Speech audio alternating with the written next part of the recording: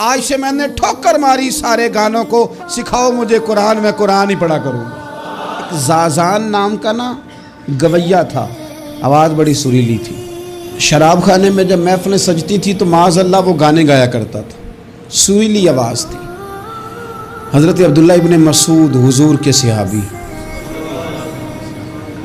حضور نے فرمایا عبداللہ ابن مسعود اسی طرح قرآن پڑھتے ہیں جس طرح میرے اوپر نازل ہوا تھا۔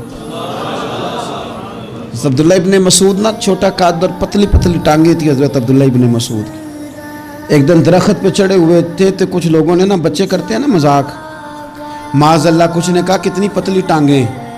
اللہ کے محبوب علیہ السلام نے فرمایا قیامت کے دن عبداللہ ابن مسعود کی ٹانگوں کا وزن احد پہاڑ سے بھی زیادہ ہوگا۔ زبردست صحابی ہے، اور حضور نے فرمایا میں نے جس کو گورنر بنایا، کسی جگہ امیر بنایا، مشورہ کر کے بنایا، اگر میں کسی کو بغیر مشورے کے امیر بناتا تو عبداللہ ابن مسعود کو بناتا۔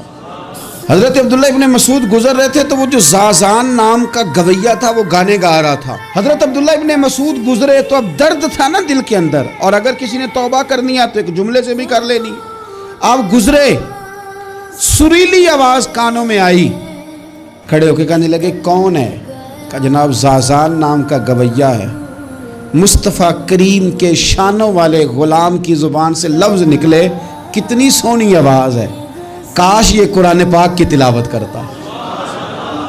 اللہ اکبر، کاش کوئی ایسا ہو تو صحیح جو ہمیں کہے کہ کاش یار تو قرآن پڑھتا، کتنی سونی آواز ہے، کاش تو نعت پڑھتا، کوئی کہے تو صحیح، کوئی کہتا ہی نہیں۔ حضرت عبداللہ ابن مسعود کہنے لگے کاش یہ قرآن پاک پڑھتا، یہ کہہ کے چلے گئے۔ باہر وہ نکلا نا، جب سارے لوگ باہر نکلے اس معاذ اللہ بری مجلس سے، تو چیم گوئیاں ہو رہی تھی کہ آج تو یہاں حضرت عبداللہ ابن مسعود بھی آئے تھے۔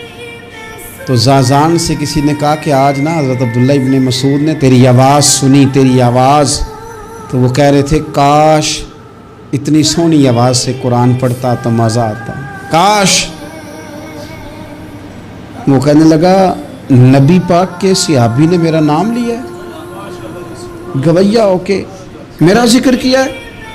حضرت عبداللہ ابن مسعود نے میرا نام لے کے کہا کہ کاش میں قرآن پڑھتا، اور میرے لیے کہا مصطفیٰ کے صحابی نے، حضور سے قرآن سیکھنے والے کی خواہش ہے کہ میں قرآن پڑھوں۔